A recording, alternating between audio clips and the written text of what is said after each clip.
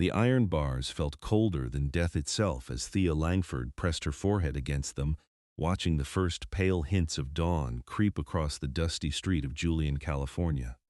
She had been locked in this cell for 3 days now, accused of murdering Samuel Preston, the town banker, a man she had never even spoken to beyond polite pleasantries at the general store. Yet his blood had been found on her dress, his pocket watch discovered in her small rented room above the seamstress shop, and the entire town had turned against her with a swiftness that stole her breath.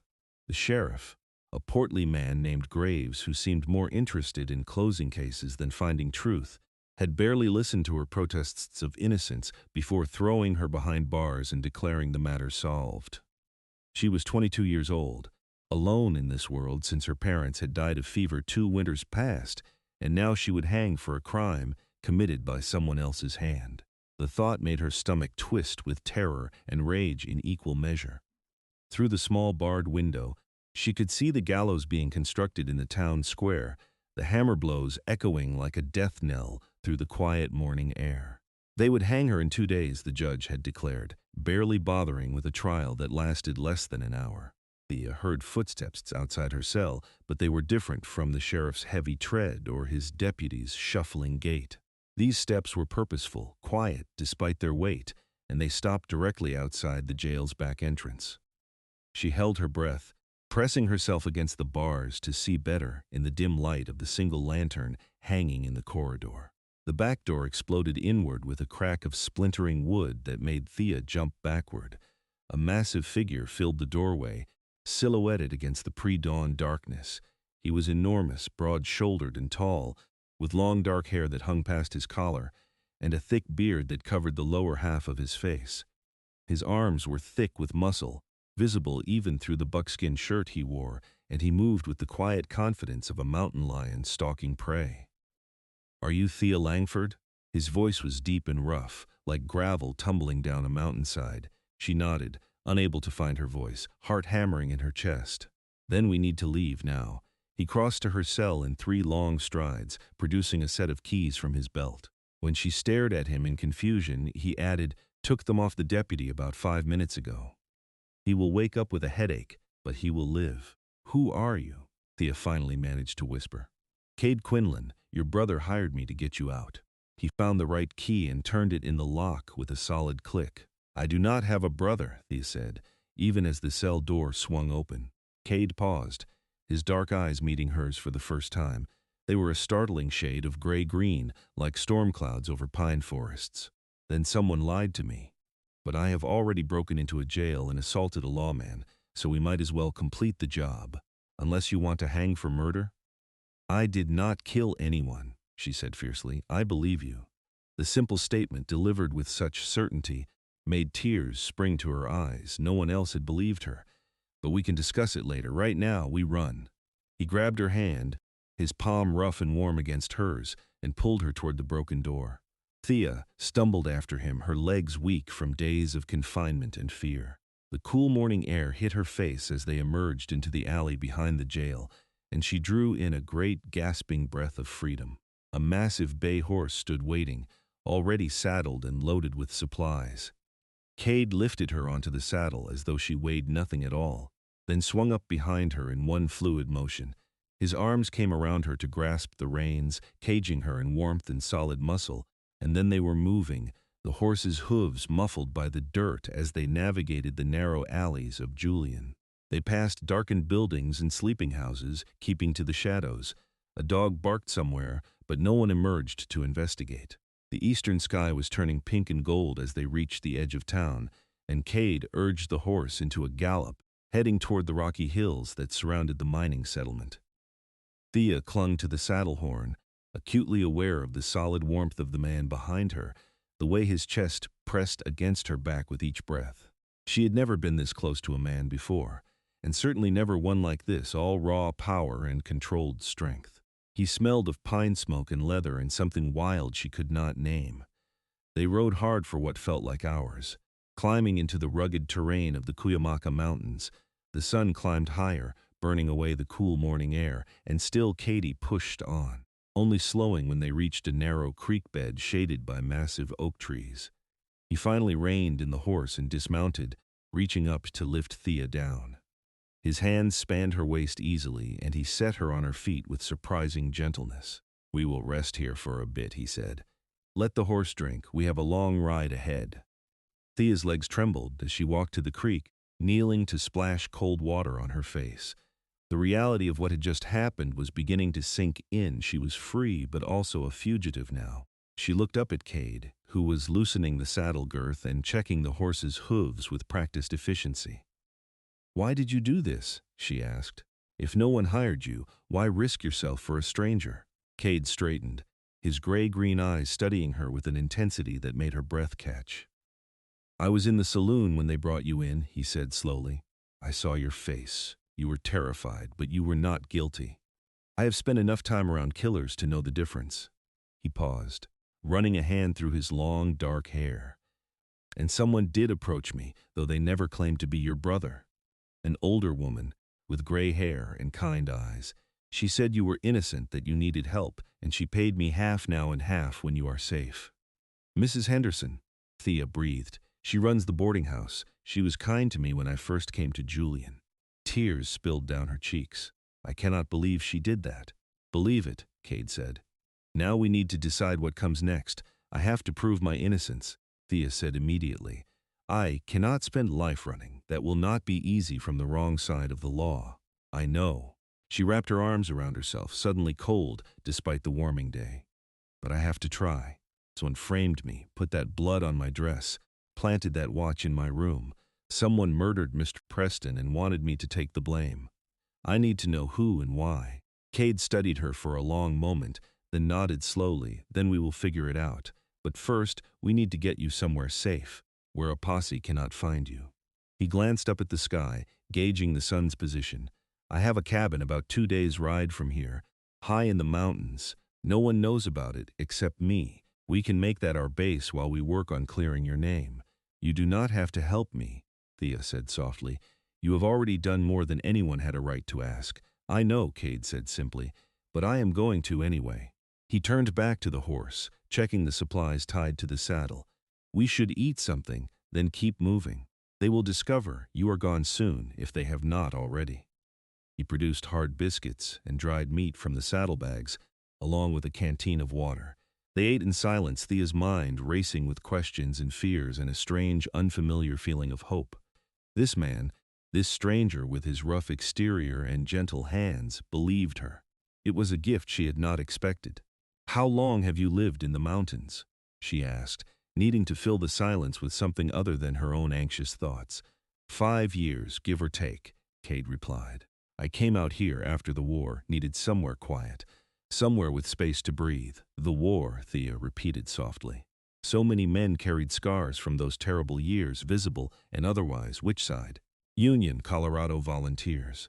His voice held a note of finality that suggested he did not want to discuss it further, and Thea did not press. They mounted again, Kade pulling her up in front of him with those same easy movements. As they rode deeper into the mountains, the terrain grew rougher, the trails narrower. Kade navigated with the confidence of someone who knew these lands intimately, guiding the horse around loose rocks and through dense stands of manzanita and scrub oak. The sun climbed higher, beating down with the merciless intensity of a California summer day. Thea's dress, already stained and torn from her days in jail, clung to her with sweat. She swayed in the saddle, exhaustion from fear and flight catching up with her. Kade's arm tightened around her waist, steadying her. "Lean back," he said quietly. "Rest if you can. I will not let you fall." She should have felt uncomfortable, pressed so intimately against a strange man. But instead, she felt safe for the first time in days. She let herself lean into his solid warmth, her head resting against his shoulder, and closed her eyes. She woke to the sound of Kade's voice saying her name. The sun had moved considerably across the sky, and they were stopped in a small clearing surrounded by towering ponderosa pines. A natural spring bubbled from between rocks, forming a small pool before trickling away downhill. "We will camp here for the night," Kade said, dismounting and reaching up for her. Thea slid down, her legs stiff and sore from hours in the saddle.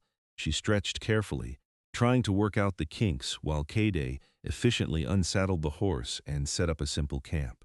He moved with the practiced ease of someone who had spent countless under the stars. Within minutes, he had a fire ring cleared and wood gathered, though he did not light it yet. After dark, he explained, catching her curious look. Smoke is harder to spot then. Thea nodded, understanding. A posse would be looking for them, following their trail. The thought made her stomach clench with renewed fear. They will not find us, Kade said, as though reading her thoughts. I covered our tracks in the creek bed, and we have been riding over rock for the past hour. Even a good tracker will have trouble following us now. You seem very good at this, Thea observed. A ghost of a smile touched his bearded face. I have had some practice at not wanting to be found. He handed her the canteen. Drink. We have plenty of water here, and you need to stay strong. As the sun began to set, painting the sky in shades of orange and purple, Kade finally lit the fire, keeping it small and shielded by rocks. He produced a battered coffee pot and a small sack of beans from his seemingly endless supply of provisions, along with more dried meat and biscuits. Not exactly a feast, he said, but it will keep us going. It is more than I had in that cell, Thea replied. She watched him work, noting the way firelight played across his features, highlighting the strong line of his jaw beneath the beard, the slight crook in his nose that suggested it had been broken at least once. He was handsome in a rough, untamed way, like the mountains themselves. Tell me about yourself, Kade said as he handed her a tin cup of coffee. How did you end up in Julian? Thea wrapped her hands around the warm cup, grateful for something to hold. I came here 2 years ago, after my parents died. They had a small farm near Sacramento, but there were debts. I had to sell everything. She stared into the fire, remembering. I heard Julian was a growing town, that there was work for a woman with skills. I can sew, and I am good with numbers. Mrs. Henderson gave me a room and helped me find work at the dress shop. What about family, friends? I was an only child. My parents kept to themselves mostly. After they died, I realized how alone I really was. She glanced at him. What about you? Do you have family? Kade's expression darkened. Had. Parents died when I was young. I had a sister. The past tense hung heavy in the air. She died during the war. Fever took her while I was off fighting. I am sorry, Thea said softly. He shrugged, but she could see the old pain in his eyes. It was a long time ago. We all lost someone. They sat in silence for a while, listening to the crackling fire and the night sounds of the forest. An owl hooted somewhere in the darkness, and small animals rustled through the underbrush. I want to hear about the murder, Kade said eventually. Everything you remember from that day.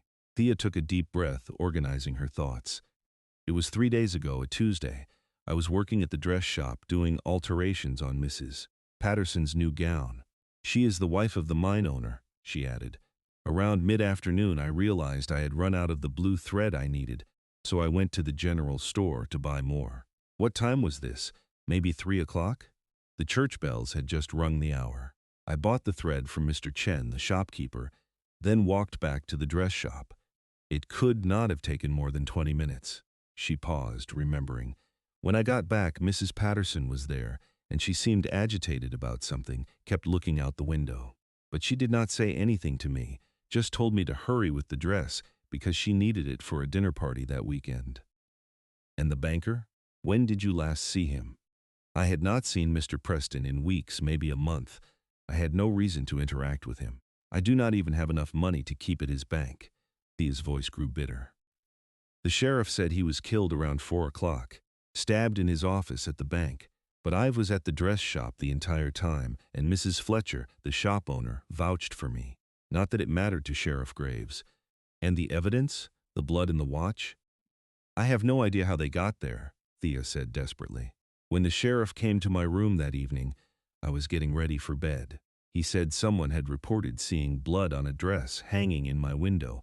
When I looked, there was blood all over the hem of my yellow Sunday dress. But it had been clean when I hung it there that morning, I swear it. Kade's eyes narrowed. Someone came into your room while you were at work and planted evidence. It seems like it must have been that way. And the watch, they found it hidden inside my sewing basket. But I had never seen it before in my life. The sheriff would not listen. He said the evidence was clear, that I must have stolen from Mr. Preston before killing him. What possible motive would you have? Nah, that is what I kept saying. But the sheriff seemed convinced and the town just accepted it. Everyone was so quick to believe I was guilty. Her voice cracked. I have never hurt anyone. I cannot even bring myself to set mousetraps. Kade reached across the fire and took her hand, his grip strong and reassuring. Someone wanted you blamed for this, which means someone wanted Preston dead and needed a scapegoat. We need to figure out who had reason to kill him and why framing you was convenient. But how can we do that while hiding in the mountains? I have some contacts, people who owe me favors. I can get information without showing my face. He squeezed her hand gently before releasing it. But tonight you need to rest. Tomorrow will be another hard day of riding. He stood and moved to his saddlebags, pulling out a rolled blanket. You take this. I will keep first watch. I cannot take your blanket, Thea protested. Yes, you can. I have slept in worse conditions than a summer night in California. His tone brooked no argument. Thea accepted the blanket, spreading it near the fire. The ground was hard beneath her, and every muscle in her body ached, but she was free.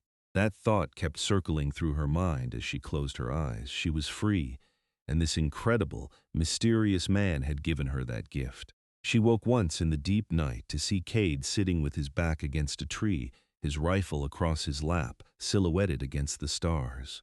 The fire had down to embers, and the world was quiet except for the whisper of wind through pine needles.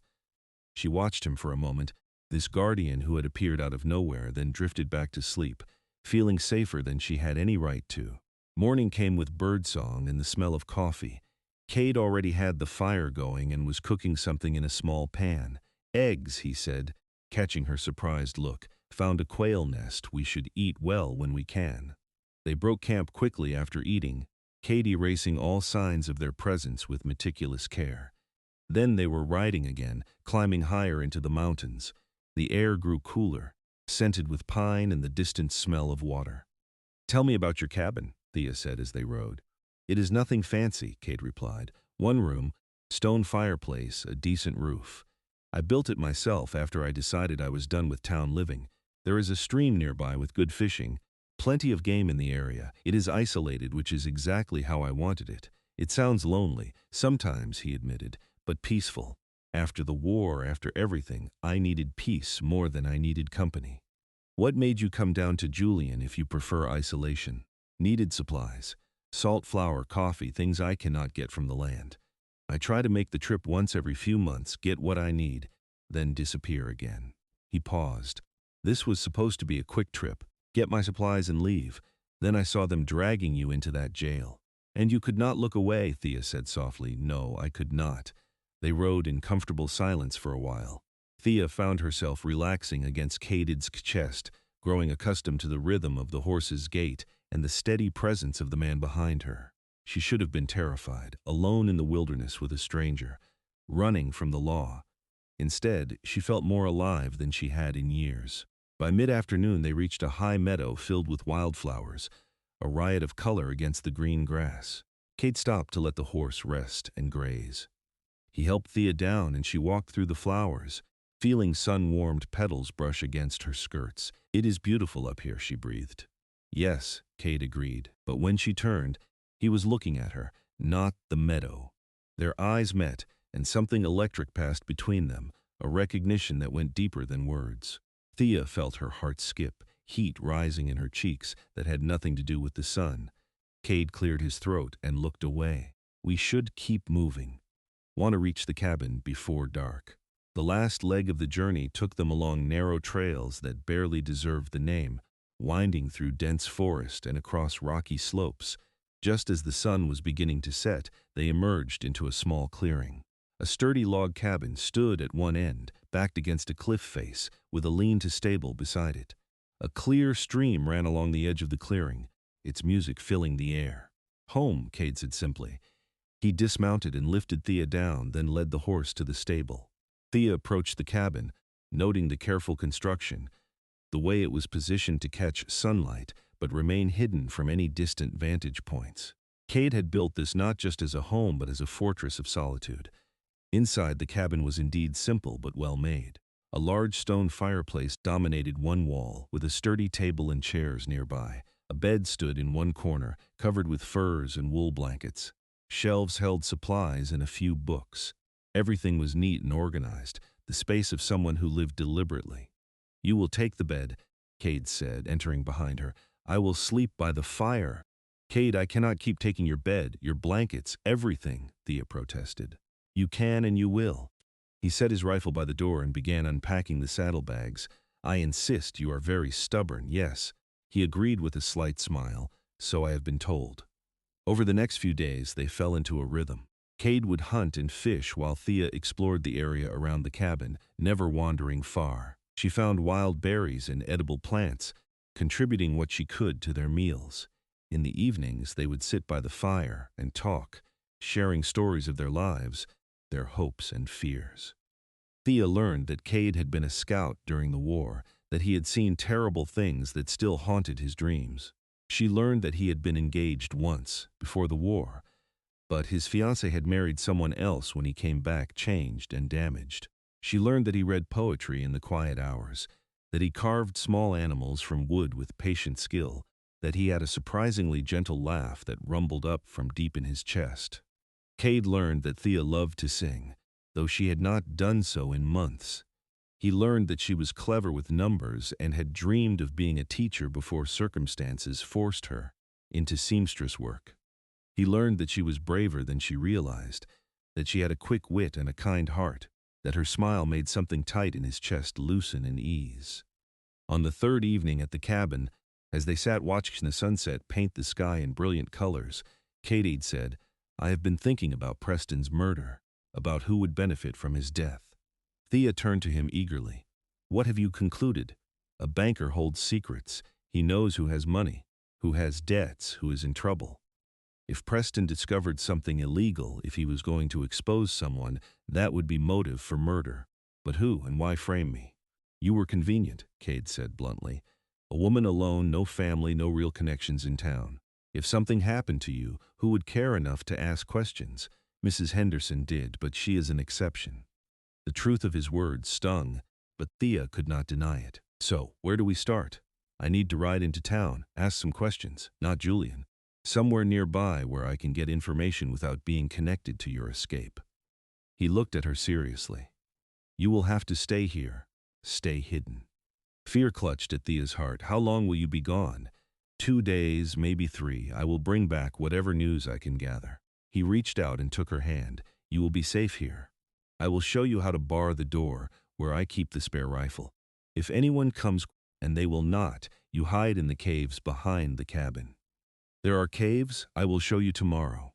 They go back pretty far into the mountain. It is a good hiding spot if needed."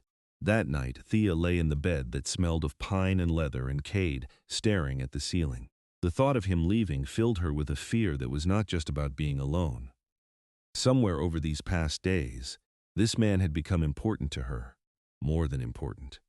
When she was with him, she felt complete in a way she had never experienced before. She rose before dawn, unable to sleep, and found Kade already up, packing supplies for his journey. He looked up as she approached, and something in his expression made her breath catch. "Could not sleep?" he asked softly. "I will worry about you," she admitted. "I can take care of myself." But his voice was gentle, understanding. "I know, I will still worry." They stood there in the pre-dawn darkness, the fire casting flickering shadows across the cabin walls. Then, as though drawn by an invisible thread, they moved toward each other. Kade cupped her face in his large, calloused hands with infinite gentleness. "Thea," he breathed, and then his lips were on hers. The kiss was soft at first, questioning, but when Thea pressed closer, her hands fisting in his shirt, it deepened into something that made her knees weak. Kade wrapped his arms around her, pulling her tight against his solid warmth, and Thea felt as though she was finally truly home. When they finally broke apart, both breathing hard, Kade rested his forehead against hers. "I should not have done that," he said hoarsely. "Why not?" "Because you are vulnerable, dependent on me, because the timing is terrible, because you deserve better than a broken mountain man who has spent 5 years hiding from the world." Thea pulled back enough to meet his eyes. "Should I not get to decide what I deserve? And for the record, I wanted you to kiss me. I have wanted it for days." A slow smile spread across his face, transforming his features. Have you now? Yes, she said firmly. So when you come back from town, we are going to talk about this, about us. Use, Kade repeated as though testing the word. I like the sound of that. He left an hour later, after showing her the cave system and reviewing safety protocols one more time. Thea stood at the cabin door and watched him ride away, her fingers pressed to her lips, still feeling the ghost of his kiss. The next 2 days were the longest of Thea's life. She kept busy cleaning the already clean cabin, gathering more berries, practicing with the rifle until she could hit a target with reasonable accuracy. But every sound made her jump, every shadow seemed threatening. She realized how much Kade's presence had made her feel safe, and his absence was a physical ache. On the afternoon of the 3rd day, she heard hoofbeats and ran to the door, rifle in hand. Relief flooded through her when she saw Kade riding into the clearing. Though he looked exhausted and grim, she ran to meet him as he dismounted. What did you learn? Quite a bit, Kade said, pulling her into a brief hard embrace before stepping back, most of it troubling. Let me tend to the horse, then we will talk. Once they were settled inside with coffee, Kade began. I rode to Ramona, asked questions in the saloon.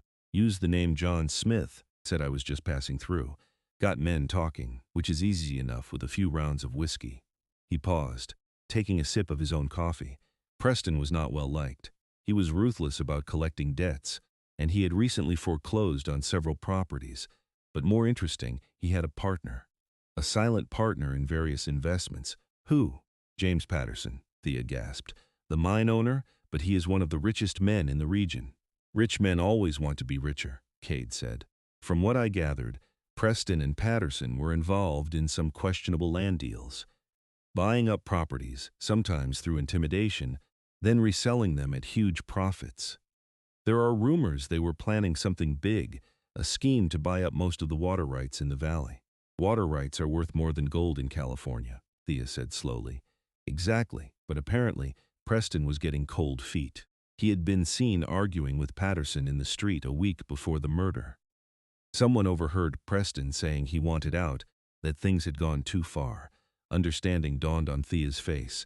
So Patterson killed him to keep him quiet. That is my theory. And he framed you because you were convenient, like we discussed. But also, you had been working on Mrs. Patterson's dress. You had been in their home for fittings. Patterson probably saw you, recognized you as a perfect scapegoat. How do we prove it? That is the tricky part. Kade set down his coffee cup and ran a hand through his hair. We need evidence. Documents that show the illegal dealings, those would likely be in Preston's office at the bank, or possibly in Patterson's home. So we need to break into one of those places. We do, and it needs to be soon.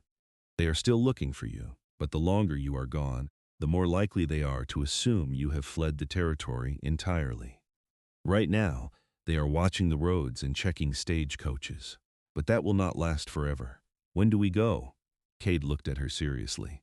This is dangerous, Thea. If we are caught, we will both hang. Then we had better not get caught. She met his eyes steadily.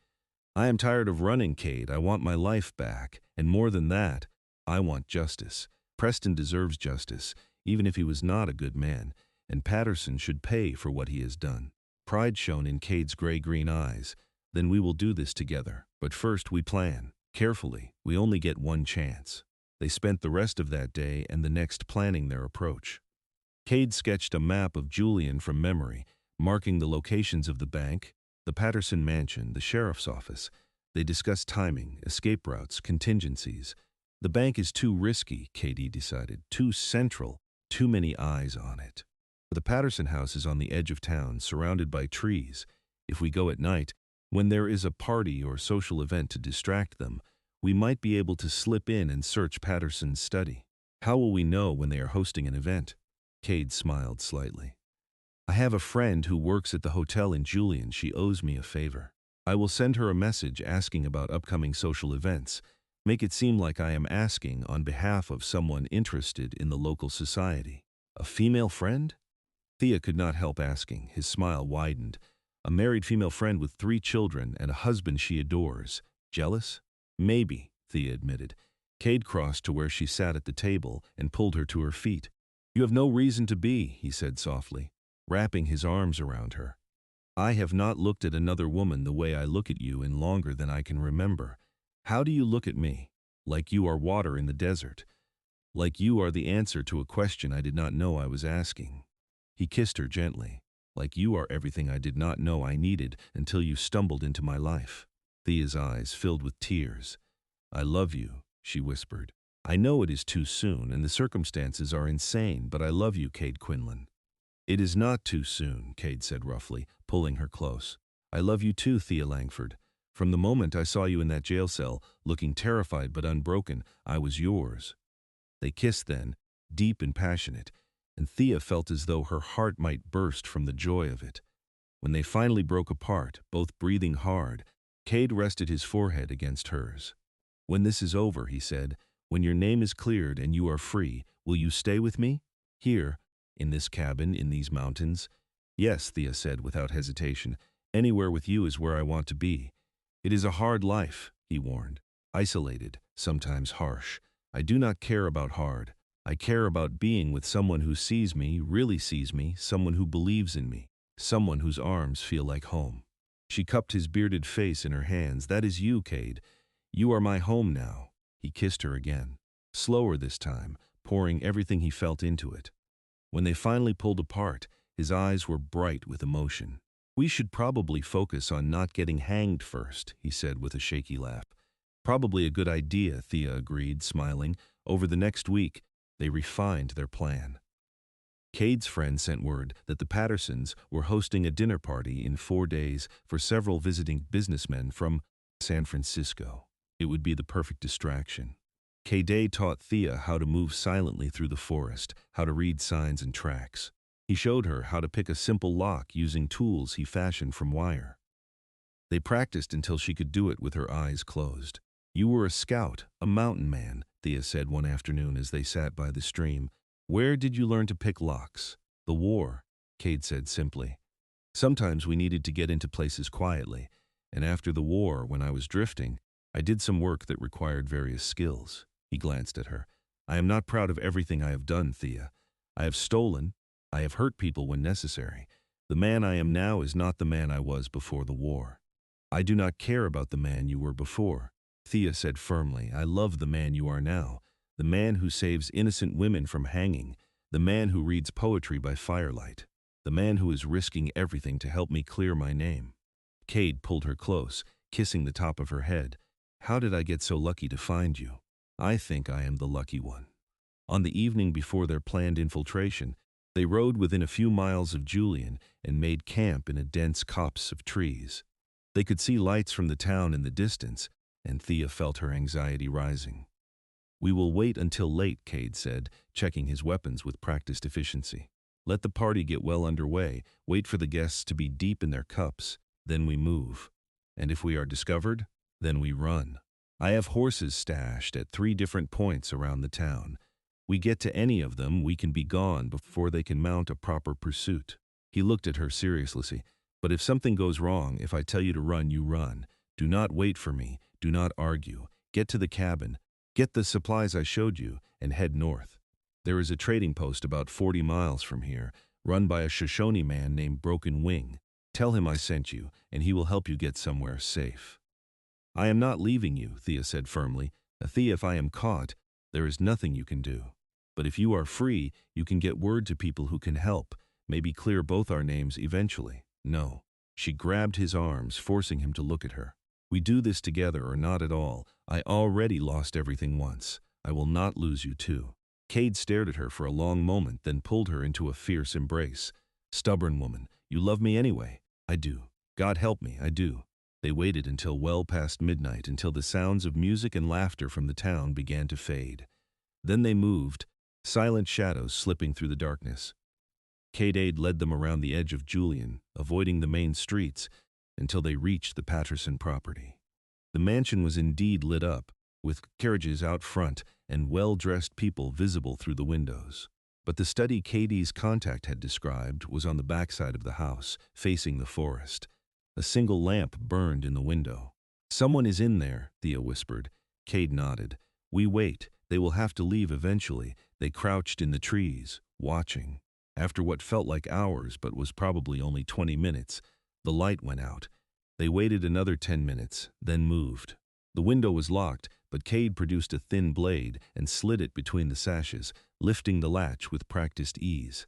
They climbed inside, closing the window behind them. The study was exactly what Thea expected, all dark wood and leather with shelves of books and a massive desk.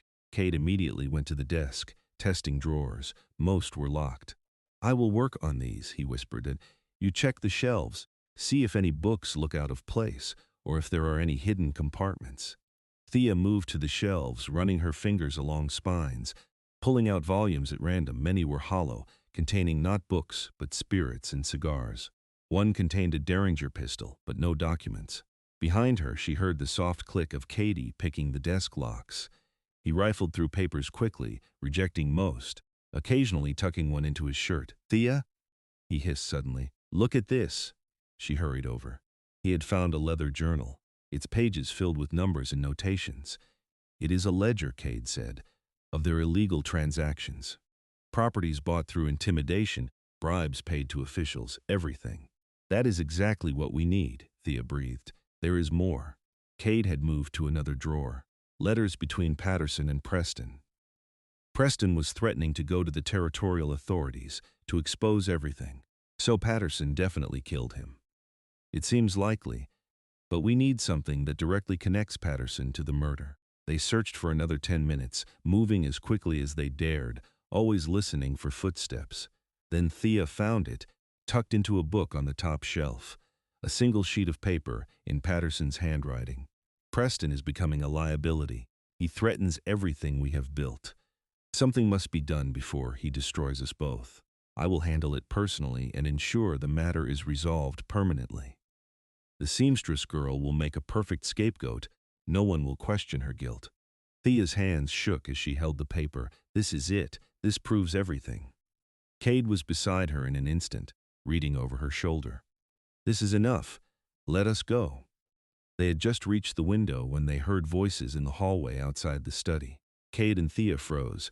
"I need to retrieve something from my study," Patterson's voice said. "You gentlemen wait in the parlor. I will only be a moment."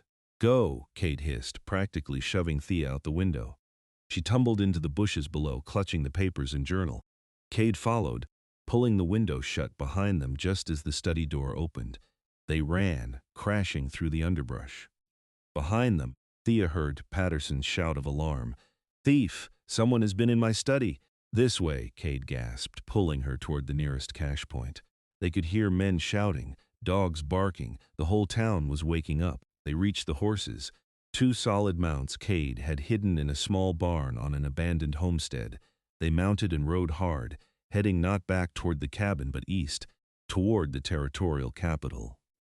"We need to get this evidence to someone in authority," Kade shouted over the pounding hooves. "Someone Patterson cannot bribe or intimidate." They rode through the night and into the next day, stopping only to rest the horses. Thea clung to the saddle, exhausted but determined. They had the evidence. They could clear her name. By the evening of the second day, they reached the town of San Diego, where the territorial marshal had his office. They looked haggard, dirty, and desperate as they burst through the door. The marshal, a lean man with sharp eyes named Garrett, looked up from his desk in surprise. "Can I help you?" "My name is Thea Langford," Thea said, standing straight despite her exhaustion. "I was wrongly accused of murdering Samuel Preston in Julian.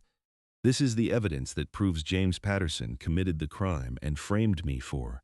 She laid the journal, the letters, and Patterson's note on the desk. Marshal Garrett looked at them, then at Kade. "And you are?" "Kade Quinlan. I broke her out of jail because I knew she was innocent. So you are also a fugitive?" "Yes, sir." The marshal sat back in his chair, studying them both. Then he picked up Patterson's note and began to read. His expression grew darker with each line. "I know Patterson," he said finally. "Rich, influential, corrupt as hell, but clever enough to hide it." He looked at Thea. "You are the woman they say murdered Preston for refusing her advances." "That is a lie," Thea said fiercely. "I never had any contact with Preston beyond basic pleasantries. Patterson framed me because I was convenient and vulnerable." The marshal spent the next hour reading through all the documents, asking questions, taking notes. Finally, he stood. "This is enough to arrest Patterson and reopen the investigation into Preston's death," he said. "Miss Langford, you will need to remain in custody until this is sorted out, but I will ensure you are treated fairly." "No," Kade said immediately, stepping in front of Thea. "Mr. Quinlan, I understand your concern, but the law requires her to be held pending investigation. The law put her in a cell for a murder she did not commit and nearly hanged her for it," Kade said coldly. "You will have to kill me before I let that happen again." The marshal regarded him steadily. "I could have you both arrested right now. You could try." Thea put her hand on Kade's arm. "It is all right," she said softly. "I trust the marshal, and we have no other choice if we want to truly clear my name." "Thea, no, yes." She turned to face him, cupping his face in her hands. "You have protected me, saved me, loved me. Now let me do this. Let me face this properly through legal channels so we can truly be free." Kade's jaw clenched, but he finally nodded. "If anything happens to her, if she is harmed in any way, I will hold you personally responsible." "Noted," the marshal said dryly. "Miss Langford, you will have a private cell, and I will personally ensure your safety. Mr. Quinlan, you are also under arrest for aiding a fugitive and breaking into a jail, but given the circumstances, I am willing to be lenient. You can either accept custody willingly or I can have my deputies take you by force." "I will stay," Kade said, "but I stay where I can see her." The marshal nodded. "That can be arranged." The next week was agonizing. Thea was indeed given a private cell in a small women's section of the territorial jail, and true to his word, Marshal Garrett ensured she was treated well. Kade was held in a cell where he could see her, and they spent long hours talking through the bars, planning for the future if things went their way. The marshal himself rode to Julian with a group of deputies and arrested James Patterson. The man protested his innocence, threatened lawsuits and political consequences, but the evidence was damning. When they searched his home more thoroughly, they found the knife used to kill Preston, still stained with blood, hidden in a locked drawer. Patterson had kept it as some kind of trophy. Under interrogation, Patterson finally broke down and confessed. He had killed Preston in a rage when the banker threatened to expose their illegal dealings. He had stolen one of Thea's dresses from her room weeks earlier, during a delivery to his house, planning even then to use her as a scapegoat. When the moment came, he had stained the dress with Preston's blood and planted it along with Preston's watch in her room, then made an anonymous tip to the sheriff. The confession was witnessed by multiple officials and signed. Thea was officially cleared of all charges and released. Kade's crimes were pardoned given the circumstances and his role in uncovering the truth. They walked out of the marshal's office into bright sunshine, holding hands, barely able to believe it was over. "You are free," Kade said, pulling her into his arms. "We are free," Thea corrected, tears streaming down her face. They stayed in San Diego for another week while the legal proceedings were finalized. Patterson was tried quickly, found guilty, and sentenced to hang. Some of his money was seized to pay restitution to the families he had cheated. Sheriff Graves was reprimanded for his sloppy investigation and resigned in disgrace. On a sunny morning in late September, Thea and Kade stood before a minister in a small church in San Diego and were married. Mrs. Henderson had traveled down from Julian to witness the ceremony, crying happy tears. "I knew you were innocent," the older woman said, hugging Thea tightly afterward. "I am so glad you found happiness." "Thank you," Thea said, her own tears flowing freely. "Thank you for believing in me, for hiring Kade. I owe you my life. You owe me nothing but happiness, dear girl. And perhaps an invitation to visit that mountain cabin I have heard about." "Always," Thea promised. They rode back to the cabin as husband and wife, taking their time, enjoying the journey. When they finally arrived, the clearing looked even more beautiful than Thea remembered, the autumn colors painting the mountains in gold and crimson. Kade lifted her down from the horse and carried her across the threshold, making her laugh. "I know this is not a fancy house," he said, "not what most women dream of." "It is exactly what I dream of," Thea said, kissing him. "It is ours. That makes it perfect." They spent the fall and winter learning to be married, learning each other's rhythms and habits. Kade taught Thea to hunt and fish, to read the weather and the forest signs.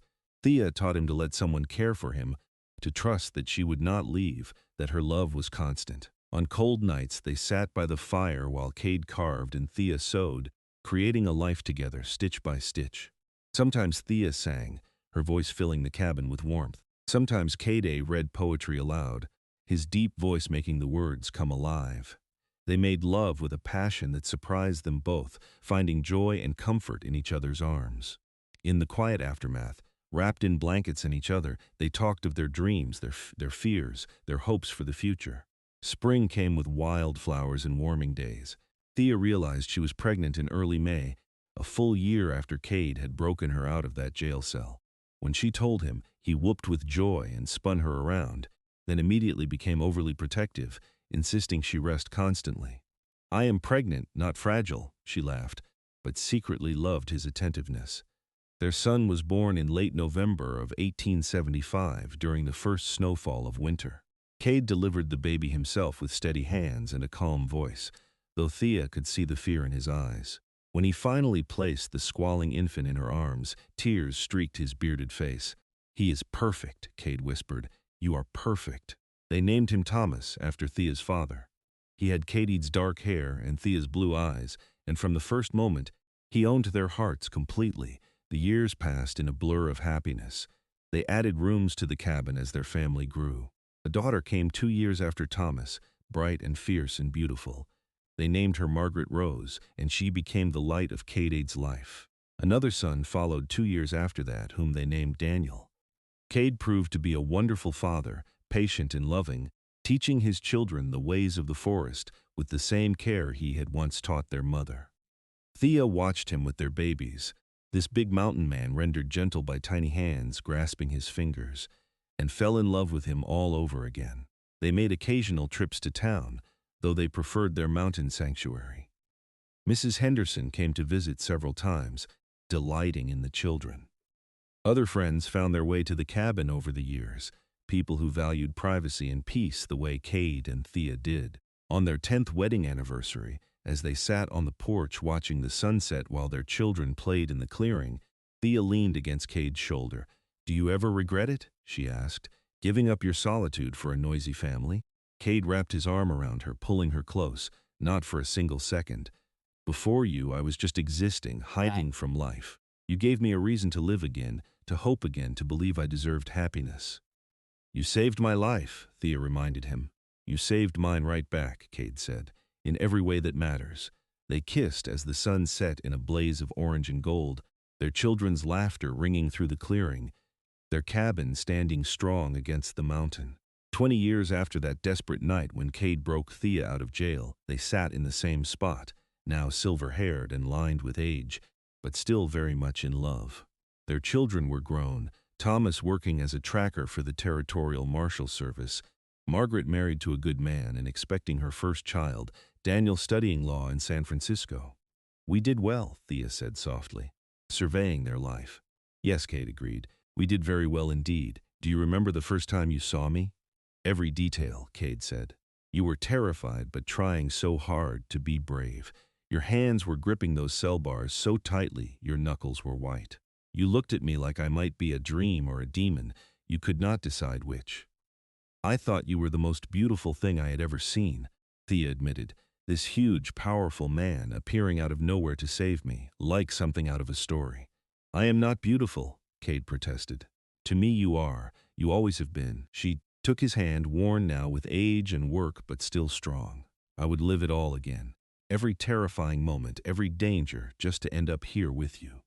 "As would I," Kade said, kissing her palm. They watched another sunset together, as they had done thousands of times before, as they would continue to do for all the years remaining to them.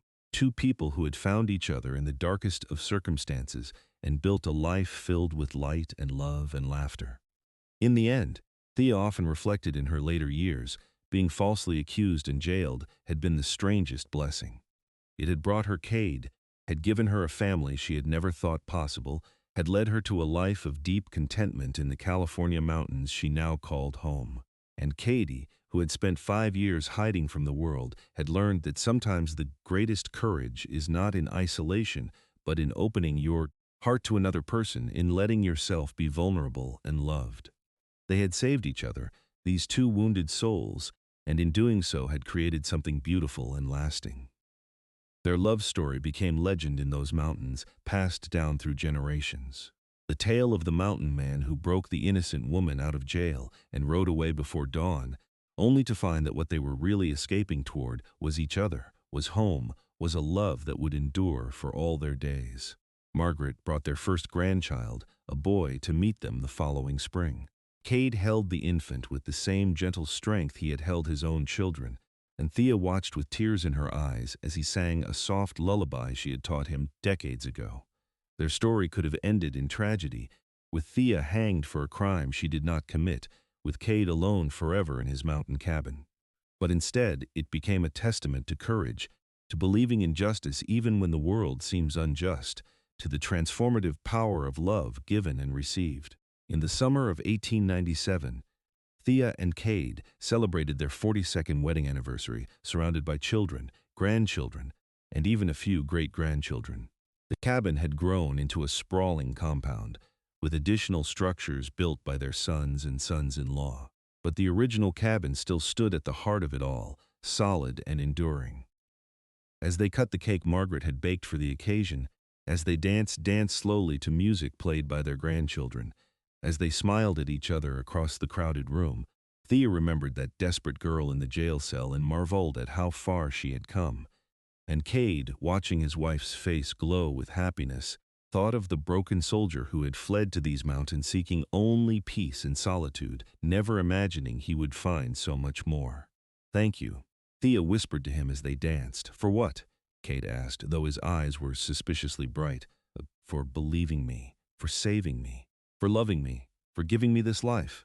"Thank you," Kade replied, "for letting me, for seeing past the rough exterior to the man underneath, for teaching me that home is not a place, it is a person, it is you, it has always been you." They kissed then, to the cheers and applause of their family, two people who had been through fire and emerged stronger, whose love had only deepened with time. When the party finally wound down and the guests departed, Thea and Kade sat alone on their porch once more, watching the stars emerge in the darkening sky. The same stars that had shone down on them that desperate night so many years ago when everything changed. "I love you," Thea said, as she did every night. "I love you too," Kade replied, as he always did. "Today, tomorrow, and all the days after that." They sat in comfortable silence, hands clasped, hearts full. Their journey had not been easy, but it had been worth every hardship, every fear, every moment of uncertainty, because in the end, they had found what everyone seeks but few discover: true love, unwavering partnership, and a home built not of wood and stone, but of trust, respect, and devotion. The mountain breeze whispered through the pines, carrying with it the scent of wildflowers and the promise of tomorrow. And Thea and Kade Quinlan, once strangers brought together by injustice and desperation, now partners in every sense of the word, smiled at each other in the gathering darkness and knew that their story, which had begun with a jailbreak and a desperate flight before dawn, had become exactly what it was always meant to be: a love story for the ages, a testament to the power of believing in someone when the world has given up on them, a reminder that sometimes the most beautiful things grow from the darkest soil, and above all, proof that real love, the kind that lasts and grows and sustains, is worth fighting for, worth risking everything for, worth building a life around. Their grandchildren would tell the story to their children, and those children to theirs, and the legend would grow with each telling. But at its heart, it would always remain the simple truth of two people who found each other against impossible odds and chose each other every single day thereafter. As the last light faded from the sky and the stars blazed overhead, Kade stood and offered Thea his hand, pulling her to her feet with the same ease he had decades ago, though both of them moved more slowly now. "Ready for bed?" he asked. "Always, as long as you are there," Thea replied. They walked into their cabin together, into the warmth and comfort they had built with their own hands and hearts. Outside, the mountains stood eternal and unchanging, bearing witness to their love, and inside, two souls who had saved each other continued their journey together, day by precious day, until the very end of their time on this earth. And when that end finally came, many years later, they went together, as they had lived, hand in hand, surrounded by the family they had created and the love they had nurtured. Their children wept but also smiled, knowing their parents had lived fully, loved deeply, and left a legacy that would endure for generations. The cabin still stands in those California mountains, maintained now by great-great-grandchildren who treasure the story of their ancestors. Visitors come sometimes, drawn by the legend, and they stand in that clearing and imagine a desperate dawn, a daring rescue, and the first tentative steps of a love that would change everything. Because that is what real love does. It changes everything. It transforms the broken into the whole, the fearful into the brave, the isolated into the cherished. It takes two people stumbling through darkness and gives them light. It turns a moment of desperation into a lifetime of joy. This was the gift Thea and Kade gave each other on that long-ago night when he broke her out of jail and they fled before dawn. Not just freedom from an unjust accusation, but freedom to truly live, to truly love, to build something lasting and beautiful out of fear and chaos. Their story reminds us all that it is never too late for salvation, never too dark for hope, never too broken for healing. Love can find us in our darkest hour and illuminate everything that comes after. It just takes courage to reach for it, to believe in it, to nurture it through whatever storms may come. And so their legacy lives on, not just in the descendants who carry their blood, but in the story itself, told and retold, a beacon of hope for anyone who has ever felt alone, falsely accused, or beyond redemption. Because if Thea Langford could survive jail and a murder charge to find love in the arms of a mountain man, if Kade Quinlan could emerge from his isolation to build a family and a home, then perhaps there is hope for all of us. Perhaps we are all just one moment, one act of courage, one leap of faith away from everything we never knew we needed. Perhaps home is always waiting for us, even when we cannot yet see it. Perhaps love is always possible, even in the most unlikely circumstances. This is what Thea and Kade proved with their lives and their love. And this is why their story endures, passed down through the years, a reminder written in starlight and pine smoke, and the eternal strength of two hearts beating as one. The end of their story is also a beginning for every person who hears it and dares to believe that they too might find their person, their home, their happily ever after, even when all seems lost. The mountains remember, the stars bear witness, and love, true love, never really ends. It just transforms, generation after generation, taking new forms but keeping the same eternal flame alive. The flame that Kade Quinlan lit when he broke open that jail cell door, that Thea Langford kindled when she chose to trust him, that they fed together through 42 years of marriage and beyond. That flame burns still in the hearts of their descendants, in the story told around campfires and dinner tables, in the cabin that stands as a monument to what two people can build when they commit to each other completely. It burns as a promise that justice can prevail, that innocence can be proven, that love can save, and that sometimes the most beautiful stories begin in the darkest places. This is the story of Thea and Kade, of a jailbreak at dawn and a love that lasted beyond lifetime, of fear transformed into courage and strangers transformed into soulmates. It is a story of the Old West, of mountains and freedom and the wild beauty of choosing your own path. But more than anything, it is a love story, pure and simple and true. And love stories, the real ones, never truly end. They just echo forward through time, inspiring and uplifting, reminding us all of what is possible when two hearts recognize each other across impossible odds. This is their gift to the world, the legacy of the mountain man and the woman he saved, who saved him right back, and together created something timeless. Their love, forged in desperation and tempered by trials, proved stronger than steel, sweeter than honey, more enduring than the mountains themselves. And that love lives on, a bright thread woven through history, connecting past to present to future, proving that some things, faith, courage, devotion, and above all, love, are truly eternal.